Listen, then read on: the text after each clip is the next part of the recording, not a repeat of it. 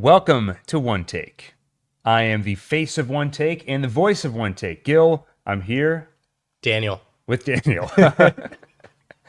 As awkward a start as ever. We're still trying to get the format down. No, there is no format. This is a casual weekly conversation where we talk about movie news, TV stuff, whatever we want to talk about. This week, we figured, okay, Across the Spider-Verse is coming out next week, and we wanted to revisit Into the Spider-Verse. So we're going to do is this a deep dive, Daniel, or just like a dive? I would say we're wading into the water. Yeah. Let's see. We end up in the deep end, shallow end. We'll see what happens. Or we could be like that guy in the first season of Succession, dove head first into the shallow end of the pool, knocked his teeth out. His name was actually Alun, by the way, that character. And Alun's right here, bringing us our water and our coffee. So we're going to talk all about Spider-Verse. For those of you who tuned in to Hack the Movies last night, yes, I'm wearing the same shirt. And after that live stream, I'm going to wear this shirt for every live stream. It's my new lucky shirt. All right, you want to just get right into Spider-Verse? Let's do it. So let's start with Daniel. What are your bona fides with Spider-Man? Do you grow up with these movies? Do you like these movies? I love Spider-Man. No, I mean, Spider-Man's probably my favorite superhero. Mm-hmm. I've always loved Spider-Man. I mean, I grew up watching the Tobey Maguire movies. I love those. I've seen those, I mean, tons and tons of times. And then I've watched your Spider-Man recap on repeat every single day. It's how I fall asleep. But yeah, I love Spider-Man, and I really liked Into the Spider-Verse. Mm-hmm. But whoa, we're not there yet. Oh, we're not there yet. No. Okay, we're just talking about Spider-Man. Yeah, but that's an ominous but now. Okay, go ahead. What were you about to say? But it just felt like a forgettable movie to me. Like I saw it, I don't know when it came out a few years ago, mm-hmm. and I remembered really enjoying it, and I think I saw it multiple times back then. And then when I sat down to watch it again, like a few days ago, I didn't remember any of it. Yeah, I think my theory on that is, well, part of it's nostalgia. You grew up with the Tobey Maguire movies, so they left more of an impression on you. I also think those movies were a bit more earnest. Into the Spider-Verse definitely has dramatic stakes. It has some pretty emotional moments, but it will often quickly switch gears into comedy. And I think it's primarily focused on being funny and fun, and maybe it's about 50-50 with the dramatic stakes versus the Tobey Maguire movies that they border on sappy sometimes. They get really dramatic and almost melodramatic. But I think for your personal taste, that probably leaves more of a mark. Yeah, I think that makes sense because Into the Spider-Verse, it was almost constant laughs. Like I watched it twice in the last couple of days, and on my second rewatch, I was trying to really pay attention to why is this not memorable? And it's exactly what you described. And there's a joke almost every 10 seconds. And I found that I watched it alone and I was laughing like almost the entire movie. So insanely entertaining, but almost like a blur of fun. What were some of the highlights for you? Like the funniest parts. So I already made this joke right before we went live, but I loved the Spider Ham when all of the different Spider-Men are yelling at Peter Parker or at Miles, being like, "But can you do this? Can you do this?" And then Spider Ham goes, "Can you float through the air while you smell a delicious pie?" Yeah. He was great. For me, it's between Spider Ham or Spider-Man Noir. Yeah, with him looking at the Rubik's Cube and he's like, I don't understand this yet, but I will. He says he lights matches and lets them burn down to his fingers just so he can feel something. But then the match, it goes out before it reaches his fingers. And then he just looks disappointed. And perfect casting with Nicolas Cage. Wait, that was Nicolas Cage? Yeah. Wow, that is great. By the way, Amazon is producing a few live action Spider-Man shows that are going to be like probably not connected into the Spider-Man continuity, but they're doing, I think, a Spider-Woman show. And they announced a Spider-Man Noir show. Really hard to picture how that's going to work. Unless they play in live action. I don't know if they're going to play it totally straight, where it's literally just like hard-nosed detective that happens to have the powers of a spider. I don't know. That'll be interesting. We don't know if it's live action or animated yet? I think they said it's live action. Oh, wow. That could be cool. Could be. We'll see. Yeah, so I've watched Spider-Verse a bunch of times now. And actually, I've had some controversy with Spider-Verse. Just a few months ago, I did a YouTube short explaining the origins of the Spider-Verse. And some people say it came from the 90s animated cartoon because they did have a sort of multiverse thing going on. But It Daniel, actually comes from the 70s Japanese Spider-Man show. close. It comes from the video game Shattered Dimensions. Dan Slott was hired as the writer for that game, and they were asked to basically come up with a new concept to revitalize the Spider-Man video game franchise. And the idea they came up with was to do the multiverse concept. They had Noir in it, Spider-Man 2099, who's going to be featured in the Across the Spider-Verse. I, I'm a little lacking. I'm getting over a flu right now. And like Peter Parker, I always get back up. That's right. But I'm like You lacking get some back coordination up right now. and just breathe all those viruses and bacteria onto me. And so that I might be in that seat next week, basically. Anyway, long story short, the comic came from the game and the comic turned into the movie. And look, yeah, it happened in the cartoon first. But the people who made the game, they came up with the idea independently. It's kind of like me with avocado toast. I came up with avocado toast years ago. Before it was a trend, I invented it for myself. So I don't remember You you see what I- ever. you I see don't what I'm remember saying, you ever right? having avocado toast. Why would you make up that you invented avocado toast? I did. No, I made up avocado toast. I did not make up that I made up avocado toast. The visuals in this movie were great. I had to say. Yeah, what did you think of the visuals? I thought they were awesome. I mean, it didn't look like any other animated movie we've seen before. And I remember before the movie came out, they kept talking it up. They were like, "You've never seen anything like this." And I was like, "Yeah, right." Then we see it, and I'm like, "I've never seen anything like that." It looks like a comic book come to life, Daniel. More so than ever. Yeah. You've got comic panels, caption boxes, word balloons, Ben Day dots. Those are the little dots you see when you zoom in real close on like an old comic book. You see Kirby dots. He used to draw Jack Kirby when he was doing like cosmic energy. You would just see like dots on the screen, on the pages. That's how he'd represent it. I did. My favorite thing about the art style was, yeah, I love like the comic book feel. And I loved when dialogue would randomly appear on the screen and like sound effects and stuff. Like at one point, Miles throws a bagel at one of like the laboratory people, and it literally just reads in like that exploding text, bagel. Yeah. I also like how it's not, they use comic book hallmarks as part of the story development. So when Miles has his triumphant moment, his leap of faith, there's a screen comes up where you see a Miles Morales comic book appears. So it's like celebrating the triumph if he gets his own comic book now. Or when he first gets his powers, he starts to hear the voice in his head. Like, why am I suddenly a comic book character narrating my story? Yeah. So I love how they actually worked it into the story, and it wasn't just the way the movie looks. Yeah, he goes, why is my voice, like, why are the thoughts in my voice so loud? And then as he's walking down the hallway, can everyone else hear my thoughts? By the way, this is the part you hate, is when I get distracted by the live chat, but this has to be read. This is important. Adam says, nice shirts. And now everyone else who's made comments that are actually relevant to the conversation, they're like, that's the one you call out? Nice shirts? But so you don't feel like I'm ignoring you, that was funny when he was like, do Yeah. other people hear this? And it did a great job of just showing you how overwhelming that all must have been. It's like when someone all of a sudden gets super hearing, or they can suddenly read minds, and you get that whirlwind of sound around them. Like in Man of Steel, Superman, and the mom's like, he's like, the world's too big, and she's like, then make it smaller. It's very touching. Very touching. He can hear people's thoughts? No, but he was hearing all the sound. A cacophony of noise. That's cool. I just love origin stories for superheroes in general. And it was fun getting to like see that again in Spider-Verse. It's funny because I think the usual thing people say now is we don't need to see the origin stories anymore. Like, we know where Spider-Man came from. But of course here it's a different origin story. So it's not quite as, yeah, Uncle Ben, blah, blah, blah. But I also like that story. Yeah, like no, I me can too. keep rewatching that. It's like the same way like Rocky.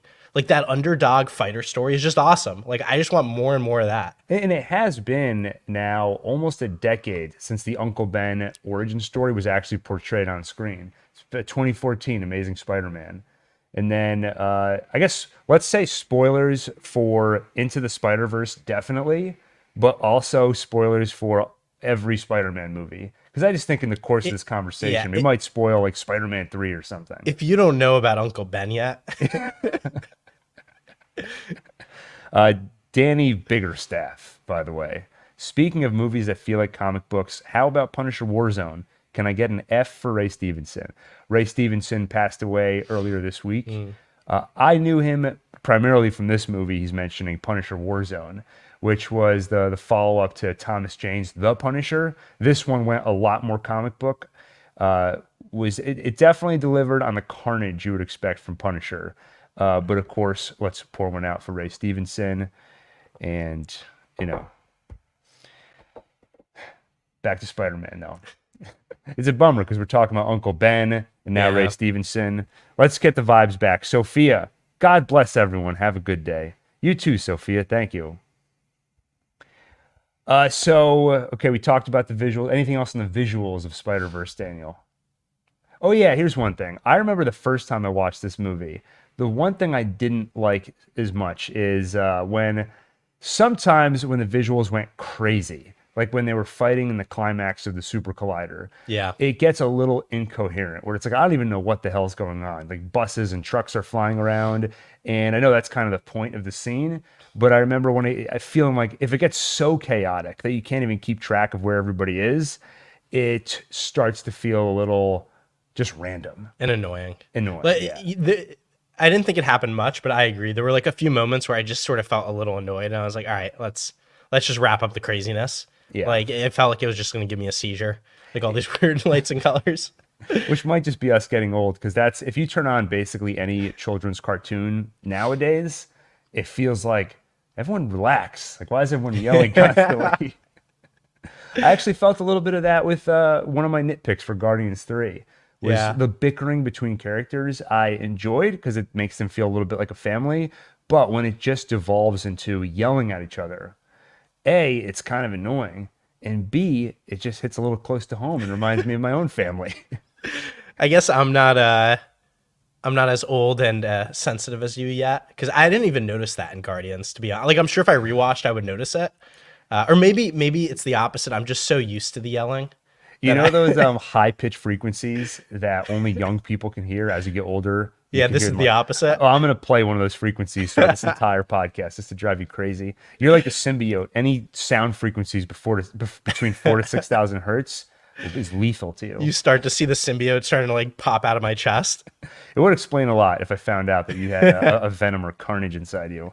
A lot of your behavior lately. Wait, so at the beginning of finger snapping at random people, at the beginning of the movie, his groin. So exactly at the beginning of the movie, when he shows himself dancing, like he's giving his origin story, the original Peter Parker, and he's like, and I also did this, and it shows him dancing on the street. Is that a reference to Spider-Man 3 when he had the symbiote and he was like dancing around and stuff? What question is it? That? Is, right? You know it's a reference. Okay.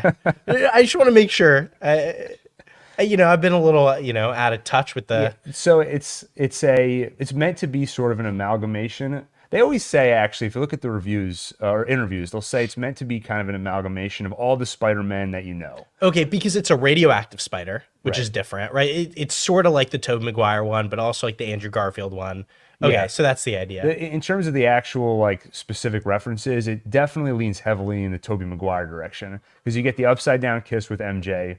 You get him stopping the train, and then you get the dancing, of course. So it's not literally that Spider-Man, but it reminds you of it, which I think works really well. Because then when that Peter Parker dies, it doesn't feel like some random other Peter Parker died. It feels like that's my Peter. Yeah. I liked in his death scene, he goes, of course, I always get back up. And then he coughs and he goes, coughing's probably not a good sign. Yeah. So that was one other thing I did really like about this movie is the meta references to like the superhero genre in general. Like him recognizing that coughing means, oh, I'm about to die. Yeah. And then also when Peter B. Parker explains his plan of how he's going to steal that data from the lab facility. And he says, I'll get on the computer. I'll see the important files. I'll know them when I see them. Like, because you always wonder that. You're like, the Spider-Man's doing all these like crazy things. Or honestly, like in any movie, a superhero or an agent, whatever, they're doing all these crazy things. It's like, how do they know which is the important file? Like, I liked that, those like meta satirical elements. In that same scene when he's like, and now he's going to say, you have 24 hours to get this working. Yeah, I really liked that. And I thought, I mean, it's another element of like the movie's just so jokey and funny. Although I didn't think those types of things. I don't think that undercuts like the dramatic stakes or whatever, because like that's just the feel of the movie. I really like that. So I actually think that, well, first off, I just want to address Mike Larry. Is that Pete Davidson? Yes. I did feel sometimes like this movie pulled its punches. And it did the thing where there are emotional stakes or dramatic stakes that then get undercut by humor. And I think that's just, it is meant to appeal to children, so they don't want it to go too dark. Some people actually complained about Guardians 3, saying, I can't bring my kids to this movie. And so I think this, Into the Spider-Verse tried to avoid that. I think specifically, mostly with Peter B. Parker. Because if you look at what's happening with him, he's essentially contemplating suicide because he keeps trying to be the one to stay back in Miles' dimension. And because it's not his world, his cells don't like being in a foreign dimension. So he's going to disintegrate and die. And he's like, let me stay here and die. But they play a lot of that for laughs. The one moment I remember that really bugged me is when he sees Aunt May for the first time. And one of my favorite comic panels in history, not just for Spider-Man, is they did a crossover where the primary Peter Parker goes to the ultimate Marvel universe where Miles Morales used to reside. And when he gets there, he goes to Aunt May's house. And in this world, Peter Parker died. So when Aunt May sees him, it's extremely emotional for her. And at first, she thinks it's just some guy pretending to be Peter wearing the costume. And so she gets really upset. He also sees Gwen Stacy, and Peter comes from a world where he lost Gwen. He was in love with her. And so it's just a very emotional scene. And then here, it's like for like a beat for a second of emotion. And then it's like, you might want to put these on. It's those name tags because Spider-Ham's already there. So I just remember feeling frustrated that it pulled its punches. But I get why they did it. Because what I just described, it's harrowing. You don't want that in a children's movie. But you're right. I mean, that is the type of movie I would remember. And that's more like what the Tobey Maguire movies felt like. Like it had a really dramatic essence to it. And this movie, it's just sort of like constant jokes. Like that sounds, I would like to read that comic, right? Like that sounds very dramatic and intense. Yeah. And they gave hints of it in this movie, right? They did. It's sort of, it's a little frustrating when you see these like hints of like intensity and then it just pulls away. Yeah, they do sometimes go there, to the movie's credit, when Prowler dies and Miles has the heart-to-heart with his uncle. But even that, I do wish that we spent a little more time on that twist, because you primarily get Miles mourning the loss of his uncle, but there's also the fact that this guy I looked up to is apparently a supervillain the whole time. That was trying to kill him. Yeah. That felt a little glossed over. Like he was not going to, once he saw it was Miles, Prowler wasn't going to kill him. Yeah. But he was willing to kill someone who, based on their body shape, was clearly a middle schooler. Yeah. Wait, speaking of body shape, I really find cartoons are so comical. Like Miles's dad is just huge. Like he is just so jacked. Like I just find it, and then obviously Fisk is just insane. Like I don't know, cartoons are just so weird with that stuff. So Adam and I used to host a podcast called Gilrea's Comics. Daniel appeared on there a few times. Whenever, for some reason, anytime I wanted to talk about Scooby-Doo, I'd bring you on. Well, the one time we did. But we did it a few times. We did. Okay, we did. Yeah. And so when Adam and I talked about Spider-Verse, one of our complaints was that everybody in the movie looks relatively humanoid, except for Kingpin, and that bugged us at the time. On rewatching, I really didn't care. And what they said they were going for is they wanted him to just be a black hole, and so he's wearing this black suit, and then his head is just floating inside. Like, what's the villain's name in Ninja Turtles? Krang, where it's the face inside the guy's stomach. Yeah. Hey, I sort of know. Ninja Turtles, yeah. I love Ninja Turtles. I had a Ninja Turtles towel when I was a kid. DD says, Miles getting bit by a spider. We expect him to scream and overreact, but he just swept it off, and that was pretty funny. That was funny. Yeah, like you said, there were the moments where they kind of made reference to what you expect or undercut what you expect, and it was funny. I think the only times it bugged us is when it felt like it used humor as a way to avoid really digging into the emotions. But I think they could have you know, like the Guardians 3 comment of like, I can't bring my kids to see this movie. Look, I don't have kids, but it feels a little ridiculous to me. Is like, there are a lot of children's movies that have really sad things happen, and that's like kind of important, right? This is like, that's how kids learn about stuff, right? And like I never actually saw it, but like Bambi, right? Like, Yeah. you know, people talk about how like brutal that was to watch. Oh, Like, you have no standing to talk about any of this. Yeah. I'm not a parent. I've never seen Bambi, but back in my day, I'm pretty sure movies were like this. I haven't seen them, but I think. all right, fine, I bail on this argument. Here, Kendrick Lee. We're gonna tag in Kendrick Lee. He says the leap of faith scene is incredible. Was that the one where, I wonder if were there multiple of these in the movie? Because there's the first one where he's like replicating what happened in the comic, right? He runs up, he's about to take the leap, and then it cuts away, and it turns out he gave up, and he runs back down the stairwell. Was there another leap of faith scene? We have to forgive remember. Daniel. He's in the midst of a fever dream right now. No, that he's- did happen. He's getting over the flu. But well, the leap of faith quote, like it's an important motif in the movie. Yeah. That's when Miles finally learns to control his abilities. He's like, when will I know I'm ready? And Peter's like, you won't. Yeah. It's a leap of faith. And so that's when he's like, he's right. It's a leap of faith. And then he venom blasts out of the webs and he jumps through the city and he's falling down, but the screen is upside down. So it looks like he's rising. And that was in the trailer and on the that's poster. cool. Wow, that sounds like a great scene. I wish I saw that. Danny says, I'm a parent and I think kids' movies need more stakes. Boom, I got a supporter. And kids need more stakes. Yeah. Except unless you're a vegetarian, like Penny Parker, by the way. Yeah, or if you're just trying to avoid red meat. Yeah, which Penny saturate- Parker's a vegetarian? Apparently. I learned that right before we jumped on the mics. I thought Penny Parker's introduction was so funny. I mean, all the Spider-Men's and women's introductions were funny. Spider people. Spider people. They, in the Spider-Verse comic, you see way more spider people. And one of them is just a guy, or he's actually just thousands of spiders just melded together in the shape of a person. So every time you punch him, spiders are flying off. That's creepy. Kendrick asks, are Toby, Tom, and Andrew appearing in Across the Spider-Verse? I believe I know the answer to that. Is it a spoiler for me to say? I'm going to say. I'd like to know. Okay, I'll say it. If you don't want to know, plug your ears. I'll be done in like 30 seconds. It seems like no, probably not. Oh. There's a reference. So there's a fun reference in the trailer where Oscar Isaac, Spider-Man 2099, he's like, that wizard and that dork from Earth 1999999. Don't even get me started on that. So he's talking about Tom Holland, Peter Parker, and their multiverse shenanigans. So he makes reference to them. And it's been sort of a running joke that you only know if you're really like in the know of Marvel. Every world has a label. The main Marvel world is Earth 616. But they've said, I think Kevin Feige is the one who first said this, that the movie universe, the MCU, is Earth 1999999, a bunch of nines.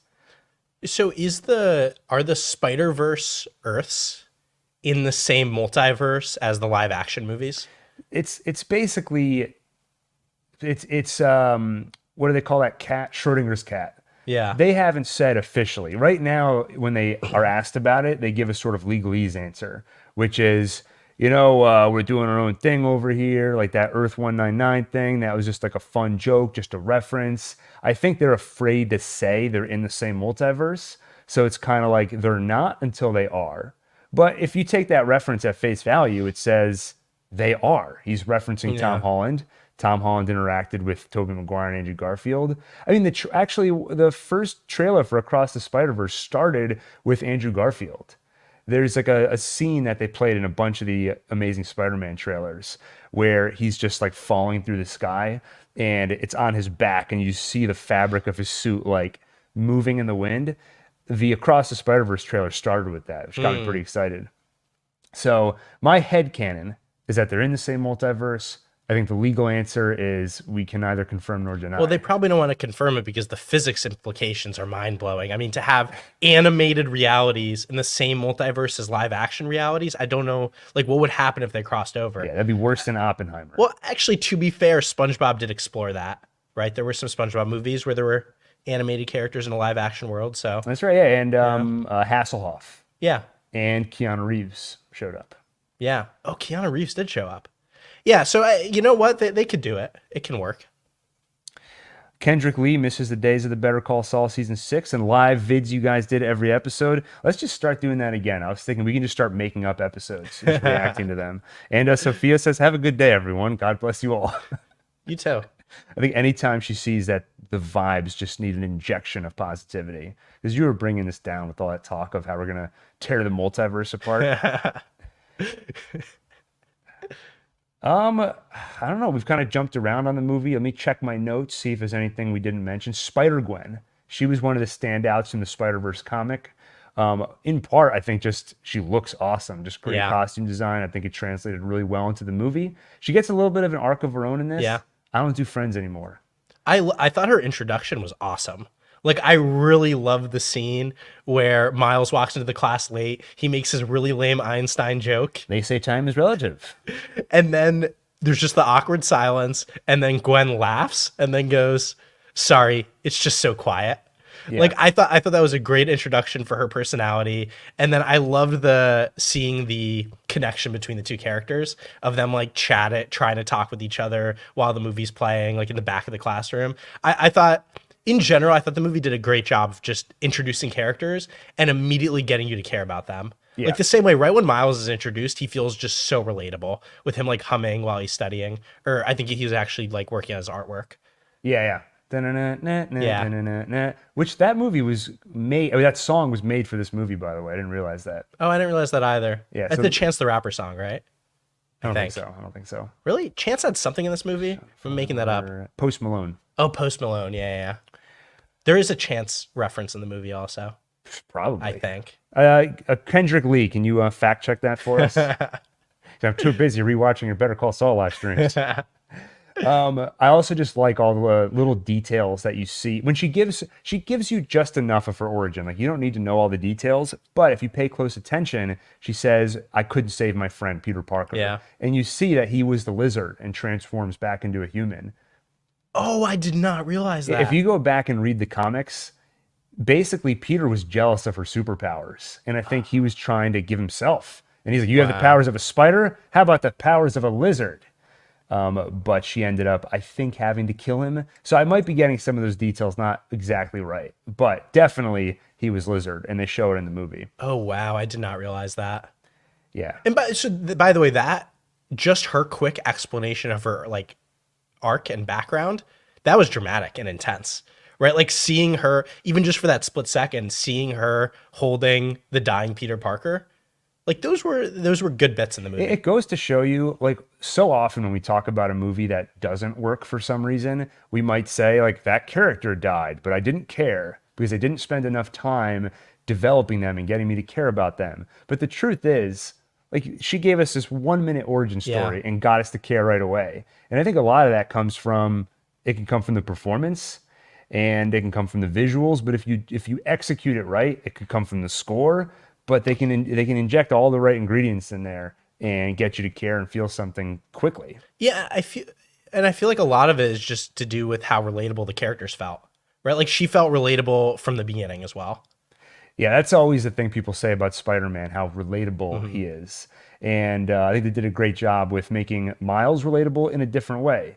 His big arc in this, we've always talked about great power, great responsibility. What about great expectations? Yeah. And that's what he's dealing with. I don't know if you caught that. The reference when they showed the book. You missed the leap of faith thing. So you're like, expectations, what? Hey, with great, what was it? With great ability comes great accountability. I love that great power, great responsibility is it's like a saying in this world.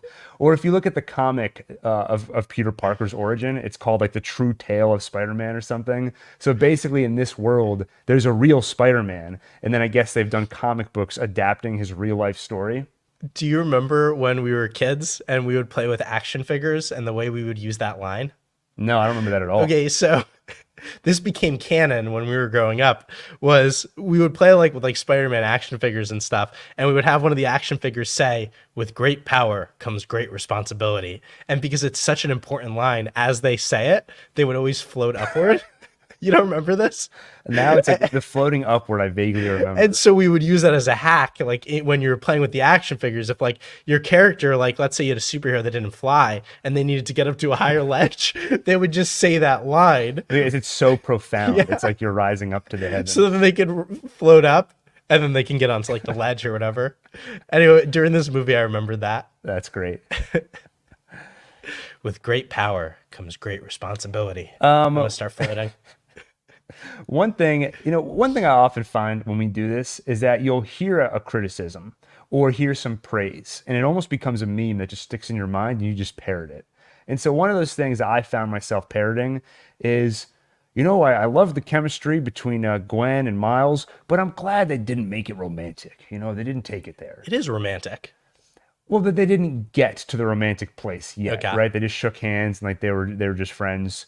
But I think it feels like the obvious route, like, oh, they're gonna fall in love and kiss, and it's like, well, but only because you're saying it in that voice. Like, what's wrong with falling? What if you in love? said they're gonna fall in love and kiss? It makes sense. Like Yeah. they can relate to each other. They both have spider powers. They both. I guess that's great expectations. They have so much in common. They can relate to each other They in a way both that have traveled the multiverse yeah, or dealt with the multiverse. there's a great there's this constant feeling like we need to always subvert expectations. We need to do unexpected things, whatever. Like there's a reason like romantic plots are common in movies is because people like to see those and they make sense. Like it's an important element of people's lives in the same way that we like underdog stories, right? Like there's a reason these stories play out again and again because we like to watch those stories. It's all about the cynicism today. Yeah. Love is stupid. I remember listening to a podcast, I'm not going to name names, but they were talking about the movie 127 Hours, which I really liked that movie. And the review starts with one of the guys, like he just hated the movie. And he's like, I went into this movie knowing I'm going to hate it because I hate those stories about the human spirit and how great humans are. That makes me feel sick. Like Like, how do you even get through life? I have choice words for somebody like that. Yeah, who cares about the human spirit? Hey, Sophia, we could use another God Yeah. bless you all. I just it's so nihilistic. I hate that. Yeah. I hate that so much. So I think we're going to see some romance between Gwen and Miles. We saw it in the trailer Oh, we did. to some extent. Well, I'm looking forward to it. DD asks, do we know why the uncle was working for Kingpin? Money. It's just my guess. Well, yeah, that's what I was going to say. They don't really delve into this too much. That's something we said earlier. I wouldn't have minded seeing a little more, especially seeing Miles reckon with this. And maybe we'll see it more in Across the Spider-Verse. But you get a couple of lines from Miles' dad where him and Aaron, they used to be, ne'er-do-wells when they were younger. He went on to become a cop, and Uncle Aaron kind of continued on that path. So, you get the idea that it's just the way things went in his life. The way he makes money is through criminal enterprise. That's what he's good at. So he's working for Kingpin. I'm sure if you read the comics, there's probably more of a backstory. I'm sure they delve into it more. I do like I like showing the complexity of people. Like I feel like they did that in this movie to some extent. Is like Uncle Aaron, like he is a good guy in some ways. Like he really does care about his nephew, but he's a tragic character in that he's also like a supervillain on the side, right? And ultimately that's what ends up mattering, right? Like that was one theme I felt like I noticed in this movie, which is character is destiny, right? Is ultimately he had a flawed, bad character, and that leads to his death, right? And it also leads to tarnishing his reputation in the eyes of his nephew that, he loved. In the same way that Fisk, right? Fisk is a supervillain. He is evil, but he still loves his wife and kids and kid, and he can't escape his character. Like he's an evil guy and they watched him doing evil things. And even when he tries to bring them back, they see him doing evil things again. Like you see this complexity of even these evil characters, like they have good aspects to them and they have love in their lives. But yeah, like character's destiny. If you're a bad person, if you do bad things, it's going to corrupt everything. It seems like the movie circles a bit around the idea that that's forged very early on. You know, his Miles' dad is saying, I don't want you to end up like Uncle Aaron. And he can see that Miles is currently kind of torn between different worlds. Uncle Aaron said, I don't know why I keep calling him Uncle. Aaron says, I kept calling him I'm Uncle. saying it as if like he's my uncle. But Aaron Show says, some respect. you know, you're on the right path, you know, just keep going. Miles' dad says, I see this spark in you. There's definitely something in this movie about how you have potential inside you at a young age, but the way you set it kind of will put you on a path. Well, it's never too late though. Peter B. Parker, right? He sort of goes the wrong way in middle age, and then he true. gets back on the path. Yeah, it's true. But so I mean, I think I would just broaden it to it's like, yeah, there's this idea that you're on a path, and you got to keep making the right decisions along the way. You make certain choices, and you end up on a road. Bad choice road.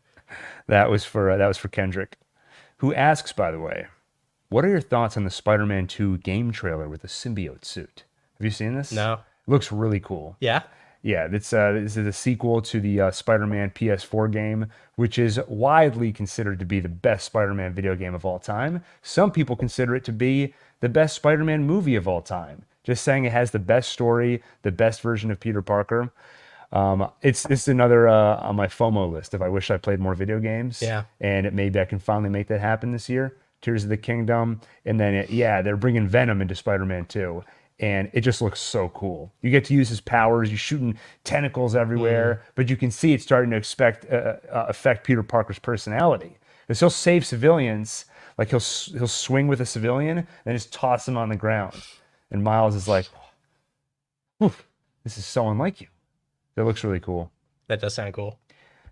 Going back to the complexity of these characters, Kingpin, you understand his cause. Yeah. Like you can empathize with the idea that he lost his wife and son. It was his fault, so he feels really guilty. And he's going to do whatever it takes to get them back. Even if that means ripping them out of another universe and bringing them to this one, potentially destroying this one or damaging it at least. So that was really cool. And even Doc Ock, you can kind of understand where she's coming from a little bit. You don't really empathize with her as much, but you at least get what they're portraying, which is that she's so obsessed with her work that when she gets Peter in her clutches, she's like, your cells are going to disintegrate. And I can't wait to watch. She's more interested in seeing it play out than actually helping him. That was a great reveal, by the way. Like, what did you say her name was again? Yeah. Olivia Octavius. But your friends call you Doc Ock. My friends call me Liv. My enemies call me Doc Ock. Which is a correction I need to make I have a What Into the Spider-Verse is Really About video coming out, possibly later today. And I think I accidentally said her friends call her Doc Ock. So her enemies call her that. Really screwed up on that. Did I get some of the themes right of the movie when I was describing it? Yes. Spoilers for your video then. That's right. Any other thoughts on Spider-Verse? Yeah, I got a bunch more thoughts. Go ahead, just start saying. All right, one thought I was generally having was just like, well, I'm kind of curious. I don't know if you know just like the history of the character of Miles Morales is like, why do we need Miles Morales? Like, what was the point because Peter is dead. Yeah, but like, what was the point of telling that story? Obviously, like Miles and Peter, they're different in a lot of ways, right? Obviously, there's like a cultural background difference, and like Miles is Brooklyn, Peter is Queens, right? Yeah, like obviously there are some differences there, but the core of the story is the same in so many ways, right? Like they're both sort of like underdog characters. Like, so it's just like, what do you think is like the thematic point? Yeah. Well, I think there's a few things at play. One, just on a basic level, kind of like what you said about Rocky and Creed earlier. There are stories that are worth retelling over and over, but you can't just watch the same movie or see the same story again. Yeah. It's not going to hit you as hard. So we want to see the Spider-Man story told again and again, but you want to see it with new characters. So I think on just a very basic level, check that box. Yeah. Then also, they always say anyone can be Spider-Man. They say it and say it. Stanley used to say it all the time. But at the end of the day, when Peter Parker takes off the mask, he's always Peter Parker. Yeah. So this movie, not only does it give you Miles, but then Gwen, Penny Parker, and all these other characters, and it tells you there's a multiverse. So it really makes that idea concrete. Yeah. You don't have to just pretend anyone can be Spider-Man. Now you actually get to see it on screen. So it gives you that. And then I do think it plays with the themes a little bit. Like, There's the great responsibility, and it's a nuanced difference, but you can also get great expectations. So now the road is already paved. There's already a Spider-Man archetype in Miles' world. So there's a lot of expectations that go with it, and he has to deal with that. You know, it's similar, and I think a lot of people can relate to that. Like when you're a kid and you have all these plans made for you. You're going to go to this college, you're going to major in this, and as all this stuff is foisted on you. And now Miles is dealing with that, literally that, because he has to go to Vision's Academy, and then you get the metaphor of he has to deal with it in terms of becoming a spider person. Yeah, that's a great point. Actually, I mean, that is a lot. Those are a lot of differences in themes that are also valuable in exploring. Yeah. Nice. Well done. Is that in your video also? Yeah, that's nice. Video, yeah. That's good. I like that a lot. Thank you. What else? Let me check. I had some other questions for you. While you're pulling up your notes, you mentioned his origins in the comics. I will say, I was actively reading Ultimate Spider-Man when this whole plot played out. Peter Parker dies, and then Miles Morales has to take his place. I remember really enjoying those comics. So if you're not a comic book reader, you're looking for an entry point, you like Spider-Verse, I wouldn't say, don't go read Spider-Verse, because that comic, to be honest, it's like pretty incomprehensible. It's all over the place. So especially if you're not someone who's used to reading comics, you're gonna have a hard time. Go back to Ultimate Spider-Man, Miles Morales' initial introduction. It's a great story. So another scene I loved, when you see all these characters learn of Peter Parker's death. And then also, do you want some more coffee? Oh yeah, sure. Let me hook you up while I talk about this. When you see like all these New Yorkers, I think they're even like walking around Times Square, just like throughout the city, and just all staring at their phones, learning the news about Peter Parker. That was another, I love the drama of that. Like that, you really felt like, wow, the whole city is reacting to this. And then when they showed the headline of like Spider-Man, it's something like Peter Parker dead at 26. That was another thing. It just hit home like, wow, like he's just a young guy. Like he's younger than me. No older than my son. Yeah. That was a great moment. I mean, yeah. See, the one thing that bugged me in the movie, we kind of touched on it earlier, is we don't really see much grieving for Peter Parker. Mary Jane, we see her very composed. We see her public face when she's giving that speech. And by the time we get to Aunt May, she's pretty, I guess, far along in her grieving process. And now she's just ready to be badass grandma. Let me help these spider people fight Kingpin. And again, I get why they did it, because it's a tough thing to deal with in a children's movie. But as an audience that were so connected with Peter Parker, I wanted more of it. But the most we got was what you just talked about, the initial headlines, everyone looking at their phones and kind of seeing the public react, which I guess is sort of the stand-in for us. Yeah. So we're kind of with them in that. So I love that moment. And I guess what I'm saying is more. I want more. How about Peter B. Parker when he shows up in our universe and then he says how he sees the old Spider-Man who died, and he's like, and he was just perfect in every way and he was blonde. I just thought that was funny. Is like, oh, okay. So like that. Do you know, by the way, that it's two different voice actors? It is? Yeah, so the first Peter Parker, let me just make sure I get this right. I thought the casting for Peter B. Parker was perfect. That guy from, I forget his name. Jake Johnson. Yeah, he's from New Girl. He's in New Girl. Right. So it was, before him, though, it was Chris Pine. So they actually have an action hero, from Star Trek, playing Peter Parker. He's like the classic hero version, and then you get Jake Johnson for like the jaded, who's like the B version. Exactly. He was, it's funny. Peter B. Parker. He was perfect casting. Yeah. I mean, across the board, I felt like in this movie the casting was great. I really liked. I mean, Peter B. Parker was just so fun to watch on screen. Very charismatic. I liked how everyone kept making fun of his body shape. Yeah. I liked, he claims he's like, I was in my apartment doing crunches, getting strong. He's eating pizza. Yeah. And then as the portal sucks him in, he keeps trying to eat the pizza, and then he keeps trying to bring the pizza with him.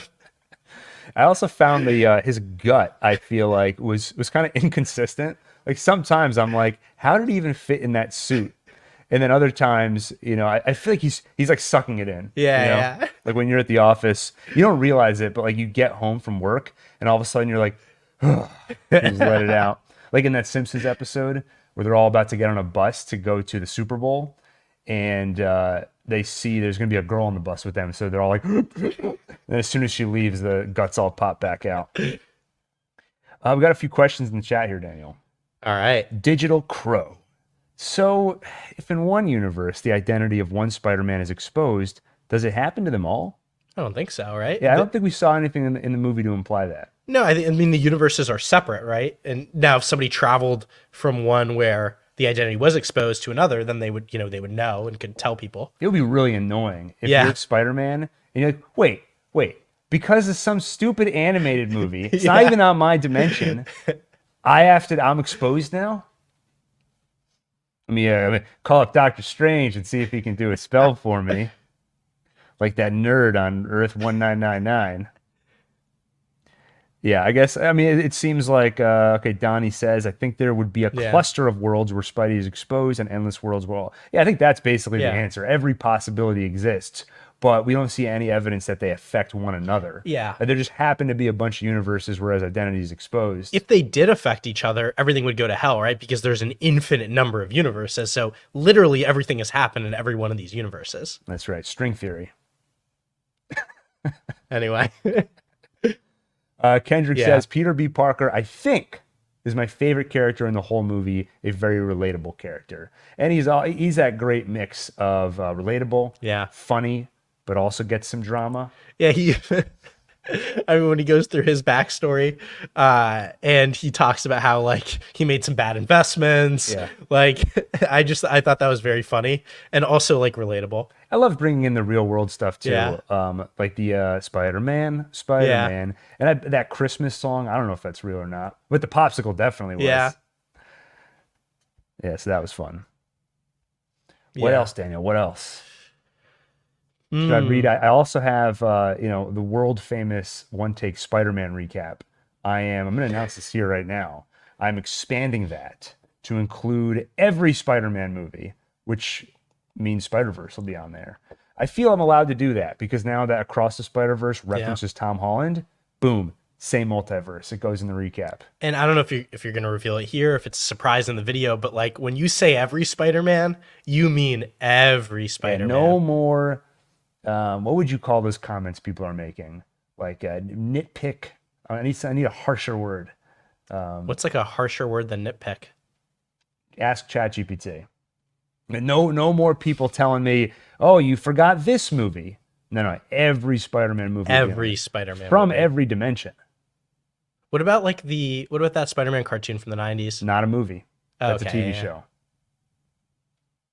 See what I'm saying? Yeah. Every movie. What do you want to see, Daniel, in Across the Spider-Verse? I want to see Tom Holland, Andrew Garfield, and Tobey Maguire. I don't think you will. I'll settle just for Tobey Maguire.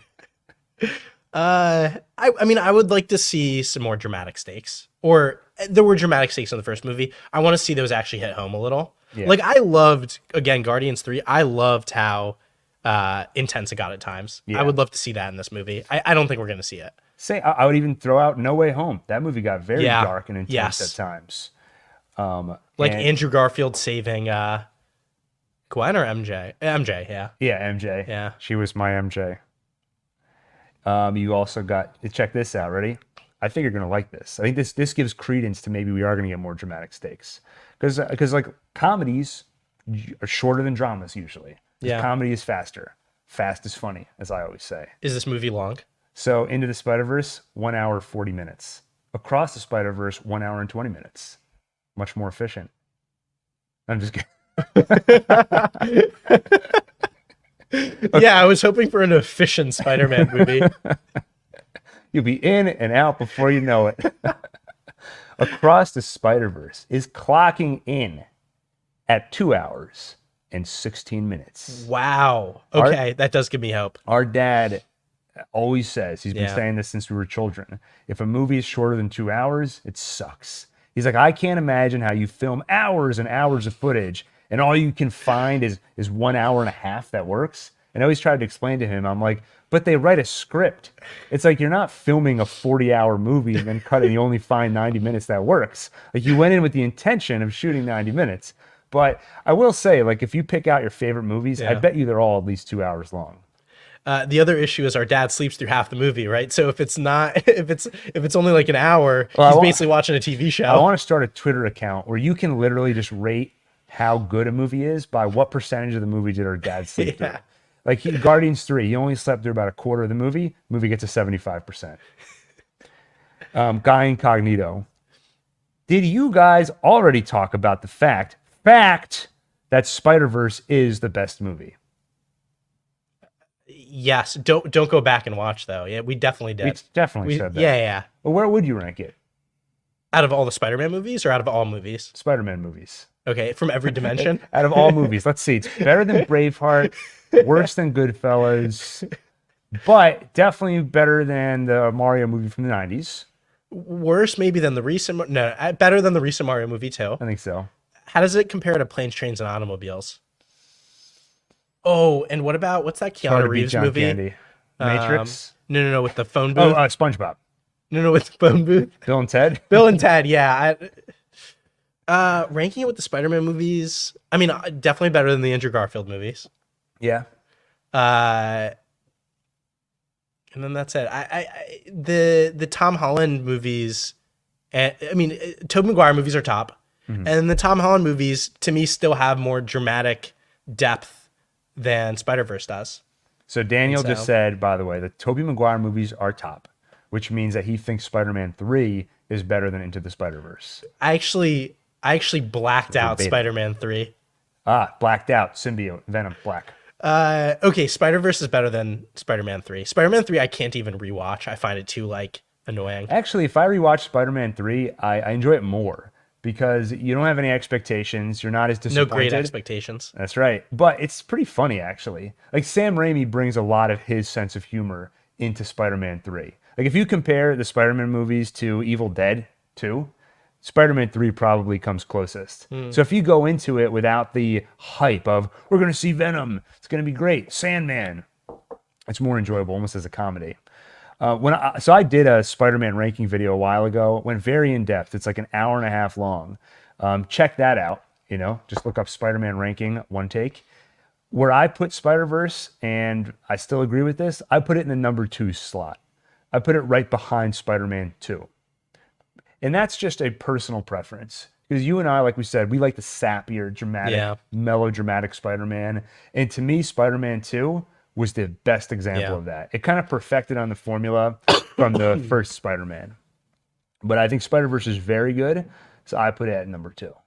I think, again, it's such an entertaining movie. It was so much fun, but it didn't stick with me anywhere near as much as most of the live action movies. Yeah. So, yeah, which that makes sense. I think we explained that though. Yeah, you don't think I need to explain it again? Should I recap that previous explanation? Danny Biggerstaff, just like saying that name.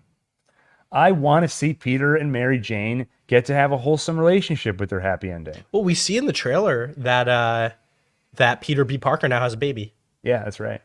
Yeah, I think her name's Mayday Parker, or that might be her nickname. I might be mixing it up with the comic. I think that's what his daughter... there's a version of Spider-Man where he has a daughter who becomes the new Spider-Girl or Spider-Woman. And I think her name is Mayday Parker. Mayday feels like a really bad name for a kid. Because Mayday is like what you say when everything's going to hell, right? It might be a nickname. Okay. Kendrick says Spider-Man 2 is the best Spider-Man movie. You're correct. Kendrick is he's in our corner. Yeah. And Didi, he's ranked Spider-Verse across all movies. Yeah. And he says that it is second to the SpongeBob movie of 2000. Was that the one with David Hasselhoff and Keanu Reeves? That was the one with David Hasselhoff, not the one with Keanu Reeves. Ooh, okay. Other characters in Spider-Verse. Yeah, we already talked about Gwen. I really liked her. I really like Peter B. Parker. Ham. I mean, what's the comedian's name? John Mold. Oh, was that John Mulaney? Mulaney, yeah. Okay, he was really funny. I liked at the end, he gives his hammer to Miles, and he's like, it'll fit in your pocket. Do animals talk on this universe? Because I don't want to freak them out. Yeah. Miles' roommate, Genki, he is a huge role in the comic. Like, he's Miles' closest friend, which it was kind of weird how they had Ned in Homecoming and stuff, because it kind of felt like he was taking on that. It was very strange. But anyway, I would like to see, he met him at the end of the movie. He's like, I finally met my roommate. Yeah, and he reveals his identity to him, right? Oh, that's right. Yeah, you see him lifting up his mask. I hope he gets more of a role because Yeah. they had a great dynamic in the comics. So I'd like to see that. Apparently, he had more in this movie and they cut it out. So to Donnie's point, 90 minutes and everything else needs to be justified. I guess they felt that those scenes were not justified. And so does that roommate play a similar role to like what Ned plays in the Tom Holland movies? Yeah, very similar. He's like Guy in the chair. Yeah, I don't know if they use that exact phrase, but he was definitely like, he was like the only one who knew he's Spider-Man, cover for him at school, help him like he'd be his wingman. Every movie's got to have a guy in the chair now. Why always got to do this guy in the chair thing? I just watched Fubar, the new Arnold Schwarzenegger show on Netflix, which on Hack the Movies last night, I gave my opinion. Honestly, I played up how much I liked it, which is to say, I said on the live stream I didn't like it. I was like, the one good thing is some nostalgic fun with Arnold Schwarzenegger. I don't even know how fun that is, to be honest. It's pretty one note. But even he has a guy in the chair, and it wasn't funny. Just that we get it. Kendrick, what if in No Way Home, Saul was Peter's lawyer instead of Matt Murdock? Well, Daniel, I think that would go a little something like this. Hello, I'm Saul Goodman. Wait, and I would be Peter Parker. Peter Parker. You got to help me get out of this situation. Let's get down to brass tacks. Pizzazz. We need some. We got to really get you out of this sticky situation you're in. And I'm going to use some tactics that might not be exactly above board. Well, that's good because I need a criminal lawyer. Let me call up my buddy Huel? Walter White. I shouldn't have said that. People are like, I can't wait to see some of these sketches they keep mentioning. Tahura. I finally made it to a live broadcast. Smiley Welcome. face. And you've come at the best time when we're winding down and becoming delirious. Whoa, we're not winding down, we're winding up. Yeah, just turn it upside down like the Leap of Faith scene in Spider-Verse. I still don't believe that happened. Kendrick, that was spot on. That's the short. We're going to cut that. That'll be the short that finally gets people into these live streams. Yeah, it's going to be the most clickbaity title. It'll be like, when Saul Goodman showed up in No Way Home. We did the Lyle Fryer for Hire sketch. Yeah. Great video. Very funny. We should just keep doing that. Keep doing more episodes. It'll get to a point where AMC is like, can they do that? Like they're just making Better Call Saul videos. That they started as parody, but now they're taking them really seriously. That's And like when Spider-Ham goes, that's all, folks. And then I don't know if it was Miles or somebody else goes, can you say that legally? Yeah, Peter Parker said that. Yeah, that was a great moment. Yeah, you're right. I think we should keep making Better Call Saul sketches until we actually get sued by AMC.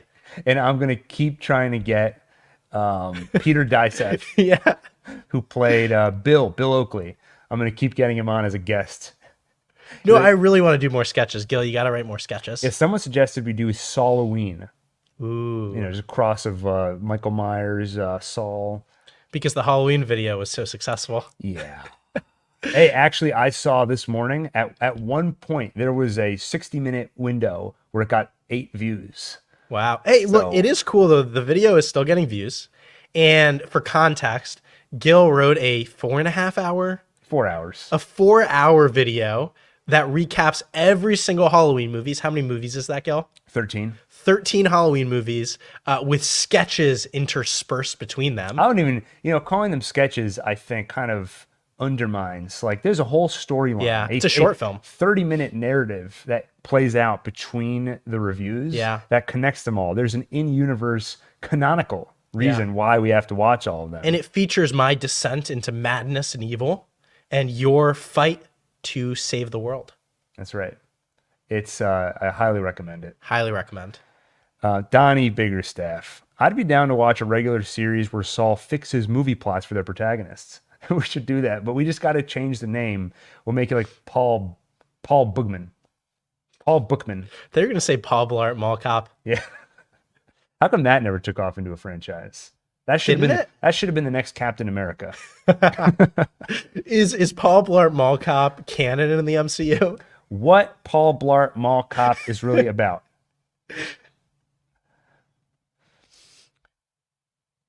Yeah. And another thing, we got to do that. I'll be Saul Goodman. I'll visit different movie plots. But listen, Karate Kid, crane kick. He's like, well, I was going to do that anyway, but now you have to pay me for it. Yeah. Is that a sound effect that Saul Goodman makes often? Yeah. Yeah. I didn't sleep well last night. I actually slept great. So I don't know if I've been perfectly coherent. So Coherence. can we redo it? Let's start over. All right. So what did you think of Into the Spider-Verse? Into the Spider-Verse. Wait, I have a question. What, were you going to say something interesting? Okay, here we go. Kendrick Lee. Wait, I was about to say something.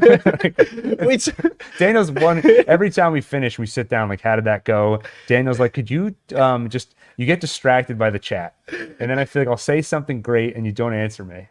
No, and then Gil will explain to me after. No. I heard what you said. I just didn't think it was interesting.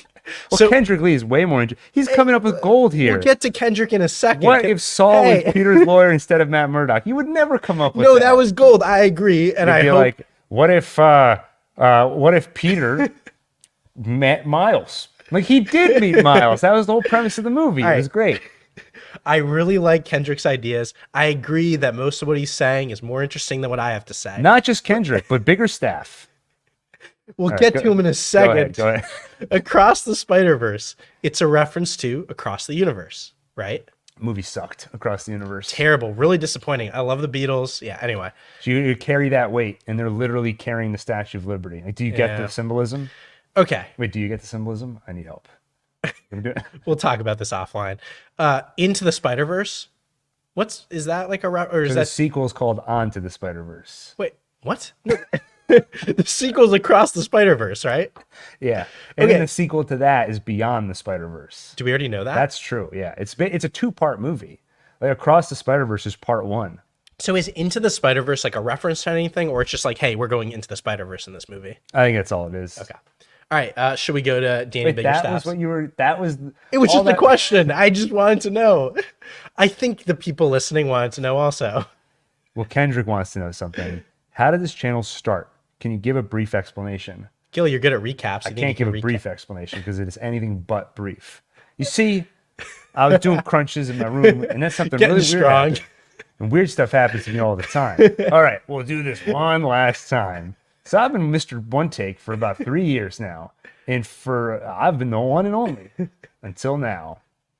No, it started. To really understand where it started, you got to go back about 30 years. So I exited the womb. Confusion, sound, sensation, consciousness, awareness. What Who is am this? I? What am I? Who are all these people staring at me? The world is too big. Then make it smaller.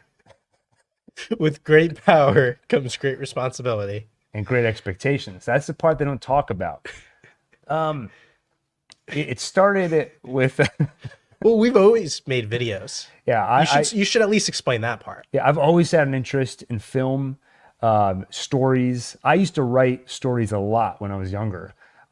Animorphs, I love that book series. I remember writing in middle school a 75-page Animorph story, like basically fan fiction. I used to do that kind of stuff. And I think we're going back too far. No, but Let's I think a fast little forward. bit. The year is 2006. Podcasts arrive on the scene. It kind of started with a love of movies, check. Yeah, we always made movies as kids and stuff. That's right. I think that's relevant. That's relevant, yeah. Okay. One of my first movies recently got uploaded as an April Fool's joke called Important Announcements. Banned in Germany. That's the one place you can't watch it. It's true. It's too hot for Germany. The song I used, it's monetization blocked in America, but it's just full-on blocked in Germany. But I got really into podcasts. I loved listening to podcasts. And we tried doing a few of our own. The first one was Saulcast. That was kind of the first content we created. That was before Gilville? That was before Gil. And Gil reads comics? And Gil reads comics. The first thing was Saulcast. And actually, Wow. Adam was the one who kept pushing for it. Because we talked about doing a podcast forever. And then Adam was like, look, we loved Breaking Bad. Better Call Saul starting up. Let's do a podcast about it. And he actually took notes and prepared to, I think we talked about it a bunch for the first 2 seasons. And then season 3, or he like actually got ready to do it, and then I was like, I'm way too busy, I can't do it. So he was really annoyed. You were busy with your job. Busy with my job, that's right. And so we put it off for a while. Then we finally did Sawcast, got a little bit of traction, and then we're like, okay, we need to do more podcasts. So I tried Gil Reads Comics. I tried Gilville, which soft spot, that one's got to come back eventually. It will come back. I tried Gilville Campfire, the spinoff, where I told original horror tales around a campfire every week. We tried Blood Moon. That was a podcast talking about the upcoming Game of Thrones spinoff. We did 2 episodes of that podcast, and the show got canceled before it even came out. We did a Jack Ryan podcast, Jack Ryan Decoded. We did 2 episodes, never even released them. So we just tried a ton of different podcasts. At the time, we weren't really watching a lot of YouTube for some reason. Started to do that, and Alun was the one who kept pushing for it. He's like, I'm watching all these dopes talking about movies. You do it in real life all the time. Make a YouTube channel. Kept telling me to do it. And then finally, May 19th, I believe, 2019. Game of Thrones finale. Game of Thrones finale aired. Alun's like, freaking do a review. So I did. Recorded a review. We put it up. And it got 1 million views. 1 billion views, actually. It won't say a billion because the YouTube algorithm can't actually display that number properly. So it got to 1 billion, then reset down to like 100. But if you go back and watch it though, there is zero. It's like I don't have a pulse. I'm like, what's up, guys, and welcome to One Take. Game of Thrones. It's over. I'm gonna talk about it. I thought it was okay. Mixed feelings about it. What did you think? Let me know in the comments. So it started with that. And, at first it was just scattershot, just trying a lot of different things and just seeing what works. And if anybody asked me for advice on a YouTube channel, really on anything, I would say A/B test, right? Try different things, see what works, do more of that, but continuously test. Keep trying new things. And just do it. Just do it. That is a big element. That is honestly the main thing because I put it off for so long. Like I look at this channel, I'm like, I wish I started it 10 years earlier. Yeah. Initially, I tried doing some movie reviews. I tried covering shows week to week. That seemed to be where we got the most traction. Dark was probably one of the biggest ones. That one was fun because Netflix released all the episodes at once. And it's like, how do you cover that? You do one video where you talk about all of them, but I was like, no, I want to enjoy this. So I covered 1 episode a day. And the fun thing was a lot of people started watching the show with me. They were like, I wanted to binge it, but I'm not going to watch the next episode until you do and your review is out. So it gave this great community feel. And people still do that, right? Like when people discover the show, they'll watch your videos in between like each episode. Yeah, sometimes I'll see comments pop up on those Dark videos. And it's basically someone like live commenting their journey through watching season 3 of Dark. But I remember at a certain point, I basically gave up on the channel. I was like, we're getting views here and there, but I just don't see how this could translate into any kind of an audience that this feels, I don't want to say worthwhile, but you made reference to the job earlier. I used to work in finance and I had very little free time. To do this, I had to be sleep deprived. That was the only way to make it happen. But I at a certain point, I essentially gave up on the channel. And it was really heartwarming because I didn't come out with any videos for a few months. And I saw comments like, anyone know if this guy's okay? Like, there is one video where I look extremely unhealthy. Let me pull up a picture for you. This is pretty funny. Wait, and by the way, was that period before or after Raised by Wolves? I can't remember. The give up phase where I stopped the channel, that was, I think, before Raised by Wolves. But wasn't Raised by Wolves shortly after Dark? Yeah, I think I'm messing up the timeline a little bit. Like Dark might have come after that period where I sort of gave up. We need a one-take timeline explained. Yeah. This channel also has a lot of really good timeline explained videos, such as Terminator timeline explained, the entire MCU timeline explained. Let me share this screen for a second. So, okay, I said that I was very sleep deprived when I was working on this back in the day. So let me show you what that looks like. I'm just going to preempt it by saying it's just the lighting, Gil. It's all lighting. Oh my god. Wait, is this oh my god. Is this the one where somebody Yeah, is this the one where someone commented so saying like, "Hey first, Gil, you need yeah. So vitamins"? first, this guy commented just with like reacting to the content, but then he says, "And last, but actually the most important one, your eyes and face in this vid do not look healthy, mate. I suppose it's sleep deprivation and also vitamins. You are young, so body can handle a lot, but in prolonged time, not good. Wish you all the best. Stay healthy. Who was it that left that comment? Stay on the path." Milo Svitin. Oh, He was one of the guys that used to comment on like every video. Here, let's give you guys. Yeah, another where I hope little he's taste of okay. that. Yeah. Well, I think that was the tough thing early on. And I think we're still kind of struggling with this, is that because we are so content based and we dive deep into specific shows, you end up building a community for that show. You have a Yeah. Stallcast community, a dark community.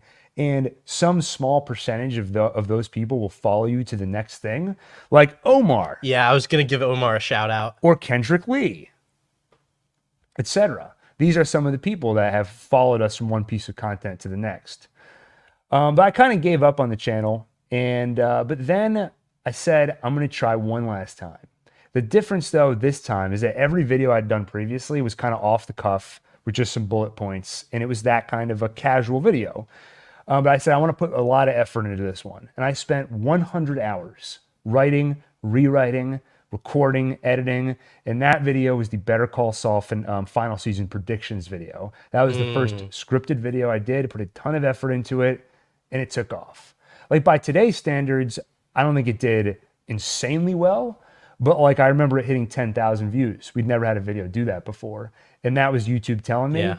quality does get rewarded, just not every time. But if you put in the effort and you keep doing it, eventually you will get that positive feedback. Well, it was so exciting because every few months also you would like break new ground, right? What? Sorry, well, keep going. And great classic comment. But it was just so funny that was Milos died of vitamin overdose. What happened to me? Guy Incognito always has the funniest comments. He told me I need more vitamins. He probably gave himself scurvy. I hope It's like vitamin C gets rid of scurvy, but he had so much it like went back, like looped around. that's so funny. But I was saying like every few months you would just break new ground, right? So like that Better Call Saul video, like it breaks 10,000. And then I remembered Raised by Wolves, one of our videos for that, it was one of our theory videos.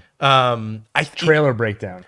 Yes, the first trailer breakdown, it broke like, I don't know, 50,000 or something. And that was a new record, right? And every like few months, there would just be a new video that breaks the previous records. And then it's just so weird that it's like a year and a half ago, one video gets 20 million views.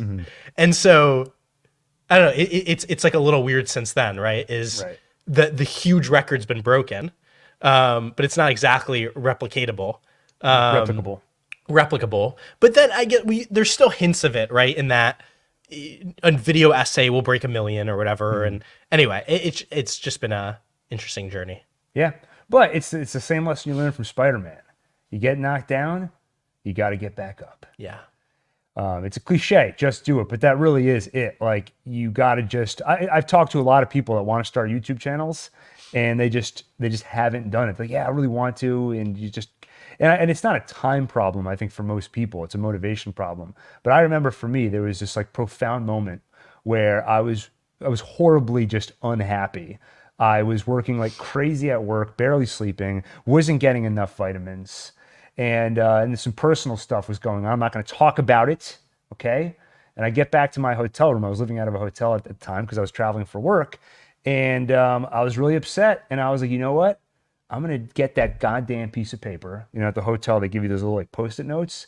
And I'm like, I'm going to sit down at this desk. I'm going to take that pen, and I am not allowed to do anything for the next 3 hours except for write. That is all I'm allowed to do. I just forced it to happen. And I realized, like, I love this. I got into a flow where you just stop thinking about anything else. I was writing like a short story.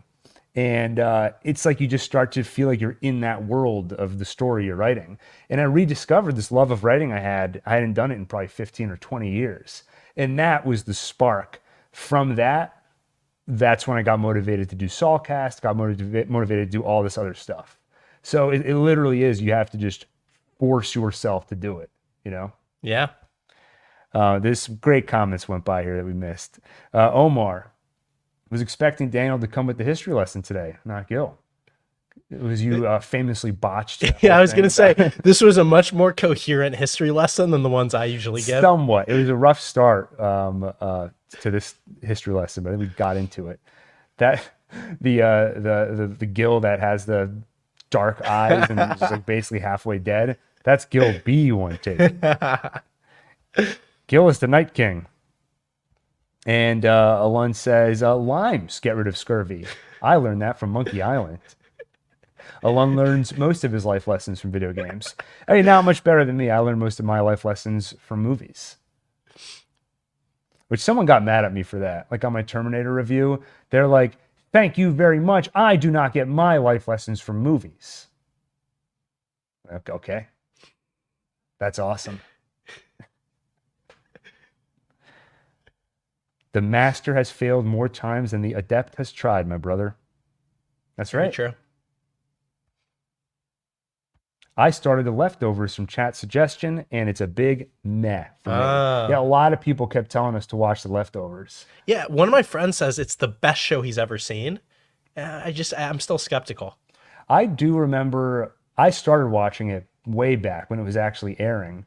And at the time, I was just kind of off-put by it because it was just so bleak and dark. It wasn't pleasant to watch. But people have said, stick with it. It's a great show. Now I have that problem of it's hard to watch something if there isn't an outlet to talk about it. Like if I can't turn it into content.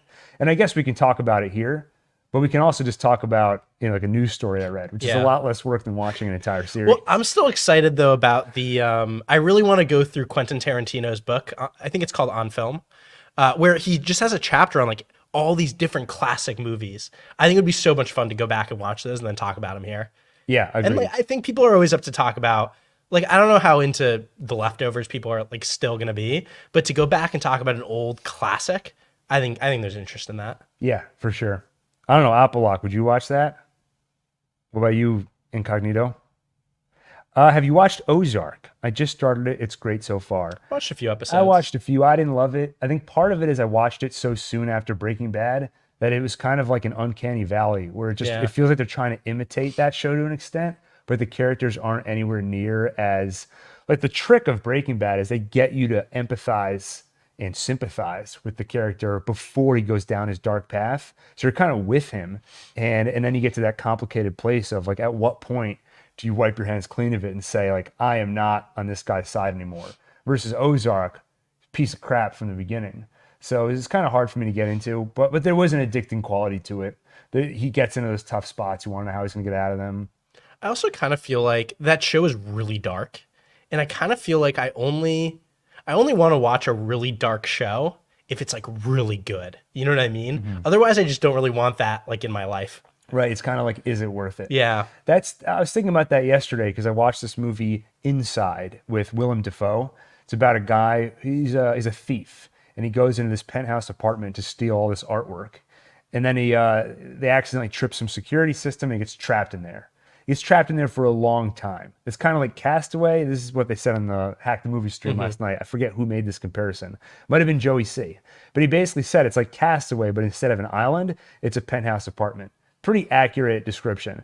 I didn't love the movie, but it was well done. It was well made, and you could tell there was real vision to it, real craft.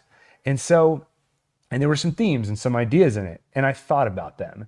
And in my head, I was kind of like, the movie earned that. Like the movie earned me thinking about it. I'm going to give them the benefit of there's something worthwhile in there. So it's kind of like what you said. If I'm going to watch something really dark, you got to earn it. Yeah, like Better Call Saul takes you to dark places, right? But they earned it, and so did Breaking Bad. Yeah. By the way, Guy Incognito, I think to the idea of going through those Quentin Tarantino movies, I'd listen to that while falling asleep for sure. If it's to fall asleep too, let's just talk about movie news because that's a lot easier. Someone did comment on that 4-hour Halloween video. He's like, can you do one of these for Scream? I love listening to this video while I go to sleep every night. It is funny though how many comments of people who will listen to like the recaps and stuff while falling asleep. People have likened them to epic bedtime stories. I mean, I do think that's such a nice compliment because it needs to be something very like soothing and like comfortable, right? To fall asleep to. So if we want people not to fall asleep and actually listen to our podcast, we have to be less yeah. soothing. Oi, welcome to One Take. I was just gonna say I just need to talk more instead of you. We're talking about Quentin Tarantino's Pulp Fiction. Stupid movie.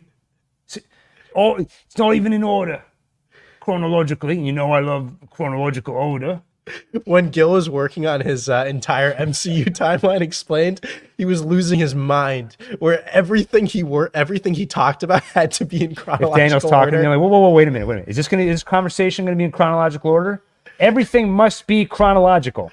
It was a really annoying 2 months. I'm quite disappointed in the chat, by the way. You guys are all over the place. There is no chronological order to this chat whatsoever. Because look at it. Kendrick asks about Ozark. 2 seconds later, Kendrick's asking about Sopranos. Last time I checked, Sopranos came out before Ozark. Not chronological. Maybe he's talking order. about that recent Sopranos movie. Ah, nice save. That's What was it chronological called? order. Oh my god. It was a few words. Bridge? Did it have the word bridge in It's it? the Kings of New Jersey. Really? It didn't have the word bridge in it, I feel like. You're thinking of Bridge to Terabithia. Sopranos, I watched the first season, maybe the second one, I forget. Really liked it. Great show. It was a few years ago, but I got sidetracked by work. It had been too long. Sorry. I forgot my place, and it was hard to kind of get back into it. That exact same thing happened to me. Okay, it's Many Saints of New York. That's what I Newark. said. Isn't that what I said? Yeah. And then Guy Incognito gives the Many Sopranos of Sopranos. That is a really good show. I also just lost my place in it. I do have to finish it at one point. I mean, that's one of those like great shows, right? If you were to name like 10 greatest shows ever, it's probably one of them, right? Same thing happened to me with The Wire. Lost my place. Oh, I finished The It's Wire. also just a boring, stupid show. No, The Wire is No, great. yeah, it's a Although great show. I did think the last season went downhill a little bit. Yeah, I need to go back to The Wire. I watched same thing. I watched the first season, and then too much time had passed. I tried to watch season 2, and I'm like, I don't even remember the characters. I don't remember what's going on. So anyway, I have to get back into that and Sopranos at some point. Any good comments over there? No. Well, sorry. A lot of great comments, but we already talked about most of them. Sopranos was great to watch during the COVID lockdown. Pencil it in to watch during the next pandemic. Guy Incognito, when are you planning that next pandemic? Well, that COVID, that pandemic was actually, we glossed over it in the origin story, but that's when I went ham, like spider ham, on One Take. That's when I got to the fork in the road where I said, I'm going to focus as much as I can on One Take, 100% effort, 110%. And if I can hit certain numbers, I will be confident that this can be a full-time endeavor. And during the pandemic, got to that point, and it became full-time. Next pandemic? LOL. Well, I think probably we've all learned how to deal with it. Our infrastructures are all prepared. And next time, it's going to go way better. Yeah, sure. Right? Crickets. No, I don't think so. Omar, Well, now we have ChatGPT, so it'll solve everything. Have you checked out Silo yet on Apple TV? It's a new sci-fi show. really, Yeah, Pete Peppers has been covering it. That got me curious. A couple people mentioned it in the Discord. do you know anything about the story? I love sci-fi. No, it's sci-fi. That's all I know. Silo. Wait, Silo. Silo is the name of the sci-fi movie that oh my god, that director wrote in Entourage. Oh, really? Yeah, so okay, in Entourage, I forget which season. What's that director's name? The really like hippie James Cameron. Anyway, it's a fictional director, the guy who made Queens Boulevard, Okay. and he's supposed to write an adaptation of some like some book about some people on a mountain or something, and instead of writing that, he just writes some sci-fi movie called Silo. Anyway, so I wonder if that's the movie. We haven't all I'm watching right now is Barry and Succession, both of which end this Sunday. Oh which I yeah. think next week we should do deep dives. Well, you don't watch Barry, so you can't do Yeah, that. but I'll do Succession. But yeah, let's do a video next week, either for the Friday live stream or just its own live stream. Let's just talk about the series as a whole, the finale.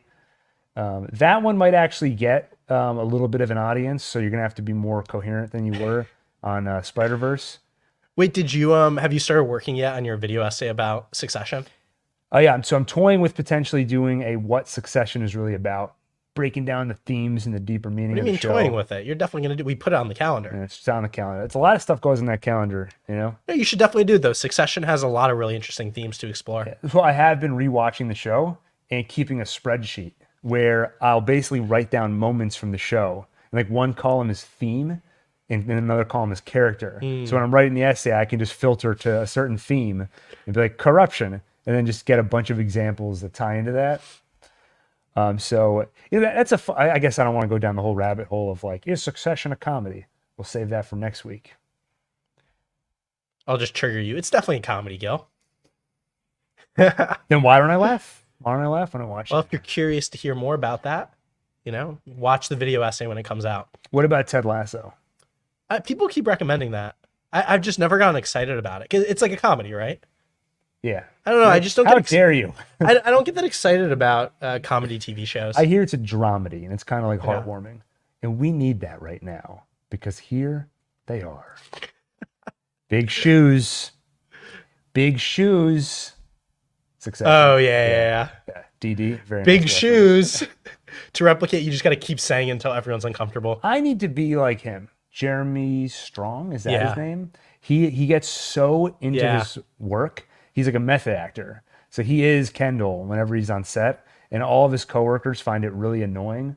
They did this big profile of him, I think in the New Yorker, and that kind of painted a pretty bad reputation for him. Everyone thinks he's like kind of nuts now and like hard to work with. I want to be like that. Yeah, I always think that's pretty cool. Yeah. Almost every episode of Ted Lasso can make my eyes watery. So heartwarming. Maybe worth a shot. What a baby. Human Crying. spirit.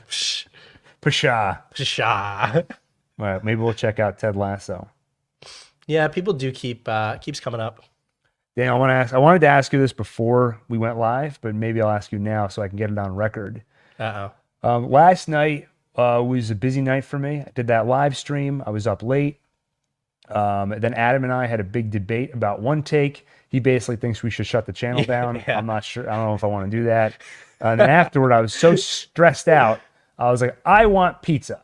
But then I was too tired and I fell asleep. Will you get a slice of pizza with me after this? Yes. Okay. All right, cool. Deal. On record. So to the person last night, someone asked, is it pizza time? And the answer now, yes. All right, shall we wrap it up there? I feel like we didn't really talk about Spider-Ham's character arc. All right, go ahead. I still just love his joke of, can you float through the air while you smell a delicious pie? I meant to double check. Didn't he say in his origin story he got bit by a radioactive pig? But Yeah. wasn't he a pig? He is a pig. Wait, that's weird. So where do the spider powers come in? I don't know. It's interesting. That is weird. It's like Yeah. a snake eating its own tail. Is it? All right, I'm going to do, so for those of you who missed the weekly format of talking about movie and TV news stories, I'm going to do some quick hits. Raised by Wolves. They got a billboard for 30 seconds in Times Square, the Save Raised by Wolves Did it campaign. happen? It happened. Did it have an effect on the campaign? I don't think so. And my quick opinion on that, I think that people who work on that show, they should have said something about the future of like, hey, we're working on a comic book or we're not.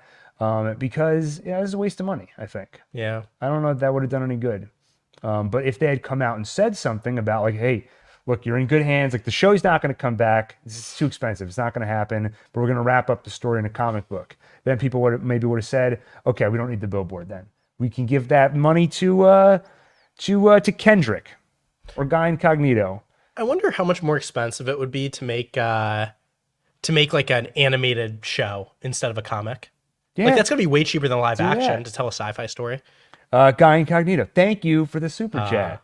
Enjoy 2 reasonably priced pizza slices. You happy? Reasonably. Thank you, Guy Incognito. Other news stories. Creed is getting a comic book. Takes place 10 years after Creed 3 about his daughter getting into boxing. Is it canon? I don't know.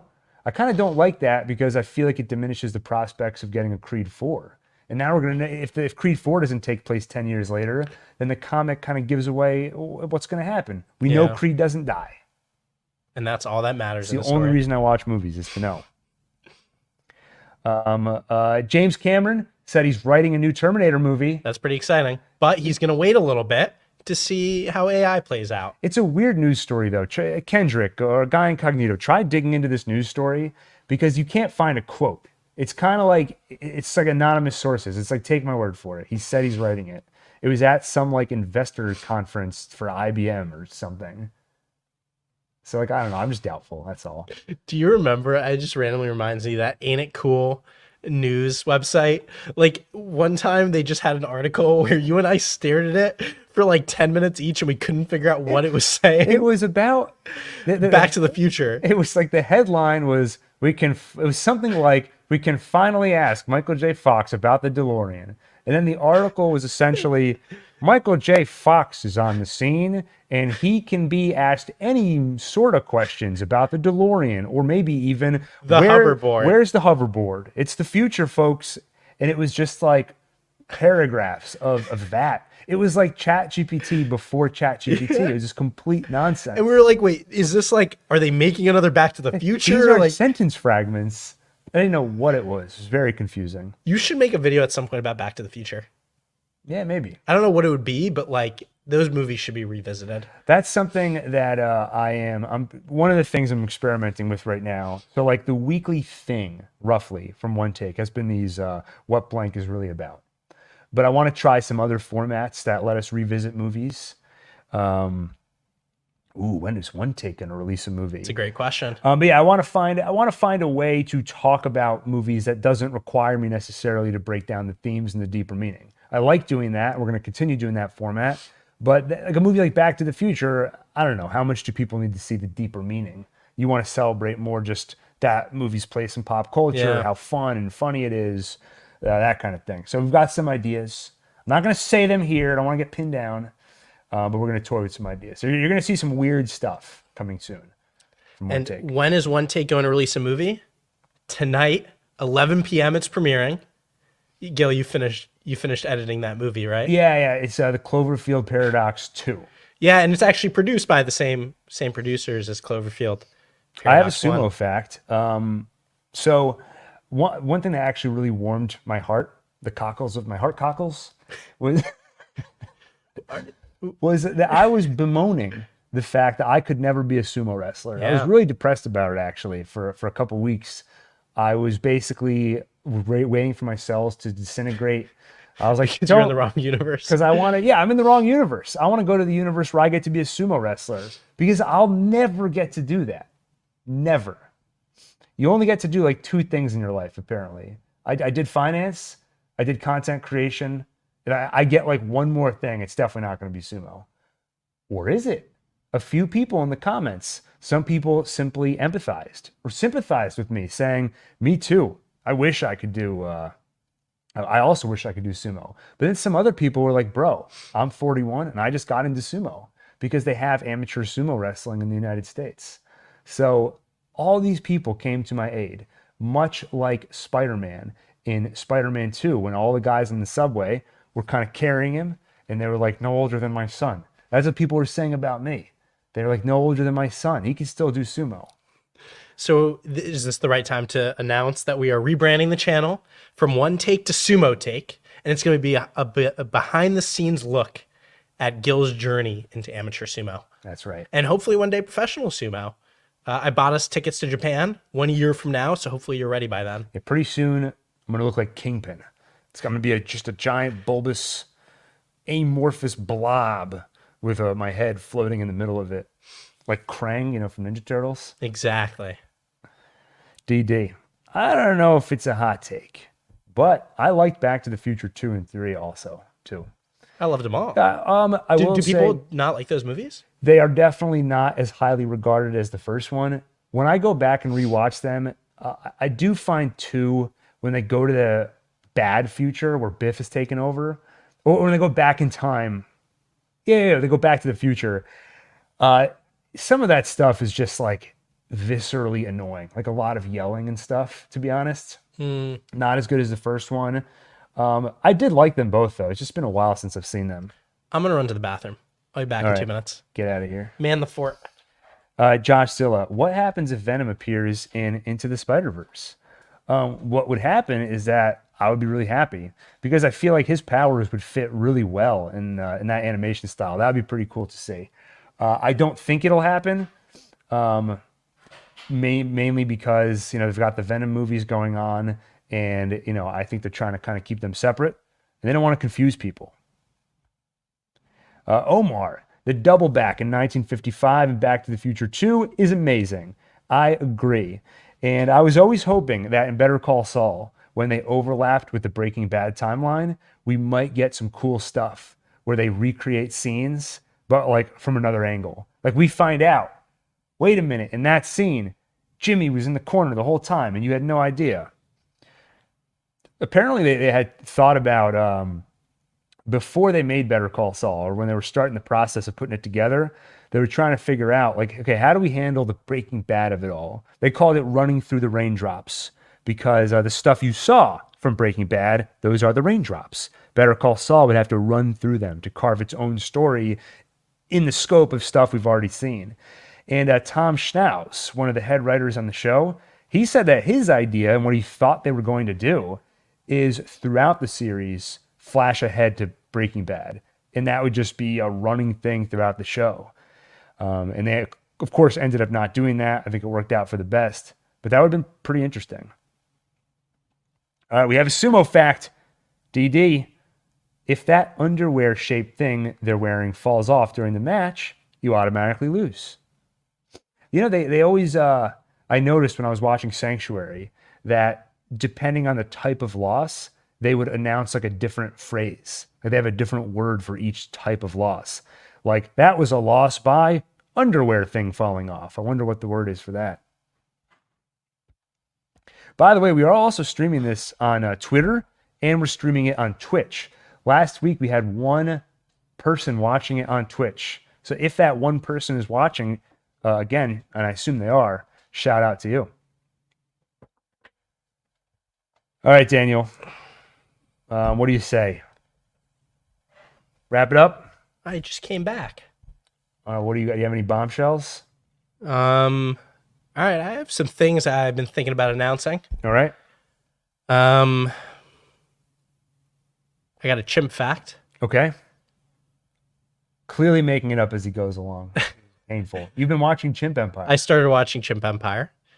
I think that my chimp fact This is what I was like, basically. If you go back to the first one take video I did, that was basically it. Except at least I have vitamins.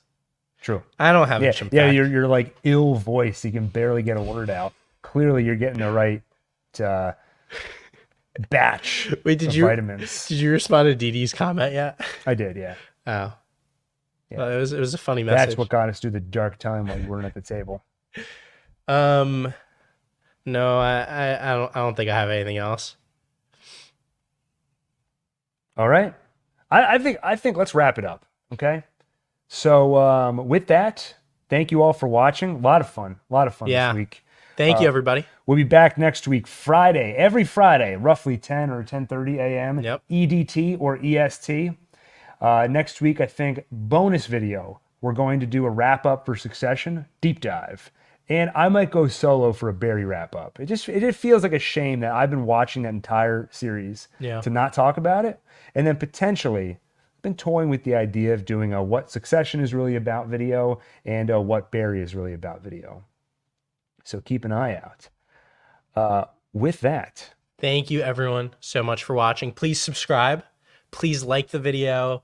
Please subscribe. Oh, the Please other comment. thing we have to do, Daniel, after this, we'll go get pizza. Yeah. Let's swing by the Apple Store and go to each of the iPhones on display and leave some 5-star ratings for the One Take podcast. Because I know like some of the people in the chat, like especially I'd say like Kendrick or like Omar, they're like, I hate this.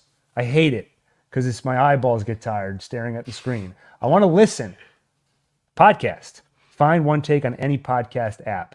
And if you want to do me a favor, if you want to do Daniel, look at Daniel. Look at him.